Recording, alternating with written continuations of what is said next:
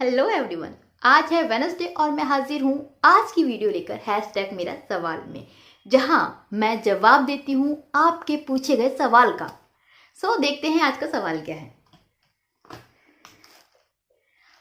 प्रियंका पूछती हैं बॉम्बे से, हेलो मैम, दिल टॉक्स मैम, मेरे लिए एक लड़का देखा गया है जो मुझे बहुत पसंद है। लड़का हर तरीके से अच्छा है, बस वो जॉइंट फैमिली में रहता है और मैं कभी भी जॉइंट फैमिली में नहीं रहना चाहती। मेरी हमेशा छोटी फैमिली में रही हूँ और बहुत ज़्यादा लोगों के साथ रहकर मुझे घबराहट होती है, लेकिन मुझे लड़का पसंद है। क्या करूँ? प्लीज़ जल्दी आंसर दें, हमें जवाब देना है।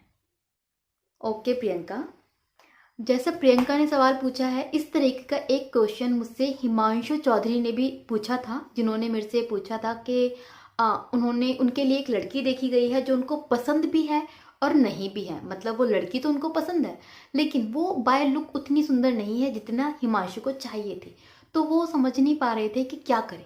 और दोस्तों, ये सिर्फ हिमांशु की और प्रियंका की प्रॉब्लम नहीं है, ये सबके साथ में होता है जो लोग अपने लिए लड़का या लड़की देखने जाते हैं।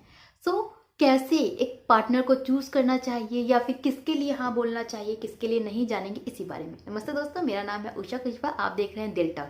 अगर ये वीडियो पसंद आए तो इसे लाइक करें, सब्सक्राइब करें और इस वीडियो को शेयर भी करें, साथ ही साथ बेल आइकन दबाना ना भूलें। प्रियंका, आपको क्या करना चाहिए? इस चीज़ का जवाब देने से पहले मैं आपको कुछ चीज़ें बताना चाहती हूँ, इनफैक्ट आप सभी को, जिनका आपको हमेशा ध्यान रखना चाहिए जब आप एक पार्टनर की तलाश में जाते हैं, जब आप अरेंज मैरिज करते हैं। सबसे पहली बात जो आपको ध्यान रखनी है कि दोस्तों देखिए, ये अरेंज मैरिज है। एटलीस्ट अरेंज मैरिज में आप अपनी मर्जी से शादी कीजिए। अरेंज मैरिज आप कर रहे हैं, इसमें भी आप फैमिली के प्रेशर में ना आए कि आपको अरेंज मैरिज करनी है। इसमें भी आपकी फैमिली आपको बताए कि इससे शादी करो, इससे मत करो, ये अच्छा है, ये बुरा है। नहीं, ये आपको डिसाइड करना है कि आपको कौन सा इंसान पसंद है, आपको किससे शादी करनी है। अरेंज मैरिज जब करें, वो 110% आपकी चॉइस होनी चाहिए, किसी के प्रेशर में आके ना करें। दूसरा ज़रूरी पॉइंट दोस्तों देखिए, इसमें दो बातें हैं। पहला कि आपकी प्रायोरिटीज़ क्या है लाइफ में, आपको कैसा पार्टनर चाहिए, ये आपसे बेहतर आपके बारे में और कोई नहीं जानता, पहली बात। दूसरा कि हम सभी जानते हैं सबको सब कुछ नहीं मिलता, तो ये आपको डिसाइड करना है कि सामने वाले में जो खूबी है, जो कमियां हैं, उसमें से आपकी प्रायोरिटीज़ क्या है। फॉर एग्जाम्पल, अगर आप कोई इंसान देखने गए हैं, उसमें सब कुछ अच्छा है लेकिन लुक्स अच्छे नहीं है, या फिर उसमें सब कुछ अच्छा है, उसकी फैमिली अच्छी नहीं है, या फिर सब कुछ अच्छा है लेकिन उसकी इनकम अच्छी नहीं है, तो ये आपको डिसाइड करना है कि आप कहाँ कॉम्प्रोमाइज़ कर सकते हैं। क्या आप लुक्स के साथ कॉम्प्रोमाइज़ कर सकते हैं कि आपको सब कुछ मिल रहा है बट लुक्स में इतने हैंडसम नहीं है, या फिर आप पैसे के साथ कॉम्प्रोमाइज़ कर सकते हैं कि आपको हर एक चीज़ अपनी मर्जी की मिल रही है लेकिन पैसे थोड़े कम है उस इंसान के, उस लड़के के, या फिर आपको सब कुछ मिल रहा है लेकिन फैमिली वैसी नहीं है जैसे आपको चाहिए। तो कहीं ना कहीं तो आपको कॉम्प्रोमाइज़ करना पड़ेगा ना। ये आपको डिसाइड करना है कि आपके साथ में ऐसी कौन सी चीज़ है जिसके साथ आप कॉम्प्रोमाइज़ नहीं कर सकते या नहीं कर सकती। आपको कौन सी ऐसी चीज़ है जो आपको चाहिए ही चाहिए, या फिर ऐसी कौन सी चीज़ है जिसके बिना आप एडजस्ट कर लेंगे अगर आपको बाकी चीज़ें मिले तो ये आप दोनों को डिसाइड करना है, हिमांशु को, प्रियंका को, और जो भी लोग इस असमंजस में होते हैं उन सभी को। तीसरा बहुत ज़रूरी पॉइंट कि दोस्तों देखिए, जब आप मैरिज करते हैं तो शुरुआत का जो टाइम होता है वो थोड़ा सा टफ होता है, क्योंकि आप भी एक इंसान के लिए अजनबी हैं, वो भी आपके लिए अजनबी है। दो लोग होते हैं, नए होते हैं, उनके विचार अलग है, फैमिली बैकग्राउंड अलग है, उनके बिलीव्स अलग है, तो उनमें आपस में टकराव होता है, झगड़ा होता है, शुरू में थोड़ी प्रॉब्लम्स होती हैं एडजस्ट करने में। ऐसे में अगर आपने अपनी मर्जी से वो शादी की है, अपनी मर्जी से आपने वो पार्टनर चूज किया है, तो क्या होता है, आपके अगर झगड़े भी हो रहे हैं, प्रॉब्लम्स भी हो रही हैं, तो आपके अंदर समवेयर एक बिलीव होता है, ठहराव होता है, एक समझदारी होती है कि यार मैंने अपनी मर्जी से की है। क्योंकि इस शादी में आप किसी को ब्लेम नहीं कर सकते, ये मर्जी आपकी थी, आपकी खुशी थी, आपकी ख्वाहिश थी। तो कुछ भी होगा, आप उस चीज़ को समझ लेंगे, प्यार से या गुस्से से आपको समझ में आएगा, आप किसी को ब्लेम नहीं करेंगे। वहीं अगर आप शादी जो करते हैं वो अपनी फैमिली की पसंद से शादी करते हैं, उनके वजह से उनकी पसंद की हुई लड़की या लड़के से शादी करते हैं। फिर जब झगड़ा होता है हस्बैंड वाइफ में, तब आप उस चीज़ को सुलझाने की कोशिश नहीं करते, आप अपने पार्टनर को समझने की कोशिश नहीं करते, आप उस टाइम पर ब्लेम गेम खेलना शुरू कर देते हैं। ज़रा सा झगड़ा हुआ नहीं, आपके मन में एक चीज़, मम्मी पापा की वजह से थोड़ा सा झगड़ा हुआ होगा, वैसे ही अरे माँ बाप ने ज़िंदगी बर्बाद कर दी। ज़रा सा झगड़ा हुआ, आप माँ बाप के पास पहुँच जाएंगे, मैंने कहा था ना ये इंसान मुझे पसंद नहीं है, तुमने कहा था इसलिए मैंने शादी की, तुम्हारी वजह से हो गया।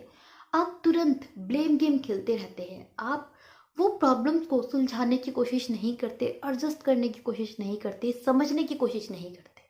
तो इसलिए भी ज़रूरी है कि जब आप शादी करें तो अपनी ही मर्जी से करें, ताकि जब थोड़े बहुत झगड़े हों, जो हर किसी में होते हैं, जो बहन भाइयों में होते हैं, माँ बाप में होते हैं, इसलिए हस्बैंड वाइफ में भी होते हैं। जब वो छोटे छोटे झगड़े आपके साथ में हों, तो आप ब्लेम गेम खेलना ना शुरू कर दें। आप थोड़ा सा टाइम दें, थोड़ा सा समझें अपने पार्टनर को, और अपनी शादी को पटरी पे लेकर आप पाए, उसको चला पाए। इसलिए ज़रूरी है कि आप शादी अपनी मर्जी से ही करें। अब बात आती है प्रियंका के सवाल की, जो उन्होंने मुझसे पूछा था कि उनको क्या करना चाहिए। देखिए प्रियंका, अगर आपको लगता है कि लड़का इतना अच्छा है, आप इतना अच्छा लड़का हाथ से नहीं निकलना देना चाहती हैं, और आप इस फैमिली के साथ समवेयर एडजस्ट कर सकती हैं, क्योंकि जैसे मैंने कहा सबको सब कुछ नहीं मिलता, तो बहुत अच्छी बात है। लेकिन अगर आप उस पॉइंट पे हैं जहाँ आपको लगता है कि नहीं मैम, मैं हमेशा के लिए रही हूँ, मैं इतने सारे लोगों के साथ रह ही नहीं सकती, मेरा नहीं चलेगा, तो आप लड़के को मना कर दीजिए। क्योंकि हो सकता है शुरू का टाइम तो अच्छे से गुजर जाए, लेकिन जैसे ही थोड़ा सा टाइम बीतेगा, आपको वहाँ पर अच्छा नहीं लगेगा, आप परेशान होना शुरू हो जाएंगी, अनहैप्पी रहेंगी। अनहैप्पी आपका जो बिहेवियर है वो सबको दिखेगा, वहाँ पर थोड़ा सा प्रॉब्लम क्रिएट हो जाएगा। फिर हो सकता है अलग होने की बात शुरू हो जाए, वहाँ पर कलेश हो जाए, शादी आपकी ना ट्रबल करने लग जाए इस वजह से। तो बेटर है कि आप मना कर दें। लेकिन मैं फिर भी आपको ये एडवाइस करूँगी कि मना आप डायरेक्ट ना करें।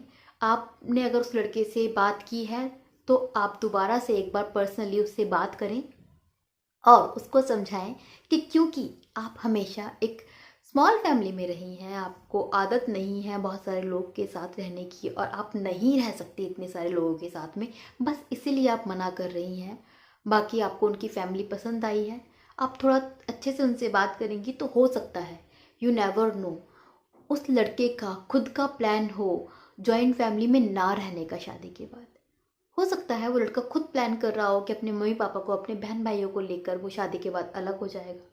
ये भी हो सकता है कि उस लड़के को बाहर से कहीं किसी और स्टेट से जॉब का लेटर आया हुआ हो, उसको शादी के बाद किसी और स्टेट में शिफ्ट होना हो। तो अगर ऐसा है तो आपकी प्रॉब्लम सॉल्व हो जाएगी। तो यू नेवर नो, हमेशा कोई ना कोई चांस रहता है। हो सकता है कि आपको सब कुछ मिल जाए, वो लड़का भी मिल जाए, आपको सबके साथ रहना भी ना पड़े। तो मैं आपको एडवाइस करूँगी कि आप मना करें, लेकिन इस तरीके से करें कि पर्सनली उस लड़के से बात करें और अपना पॉइंट समझा दें। क्या पता सामने से लड़का ही आपको हाँ करवा दे शादी के लिए, आपकी प्रॉब्लम का सॉल्यूशन देकर। होप ये आपको वीडियो पसंद आई होगी। होप आप सभी को जो लड़का या लड़की देखने जाते रहते हैं, उनको ये वीडियो हेल्पफुल लगी होगी। इसी उम्मीद के साथ विदा लेती हूँ। नमस्ते।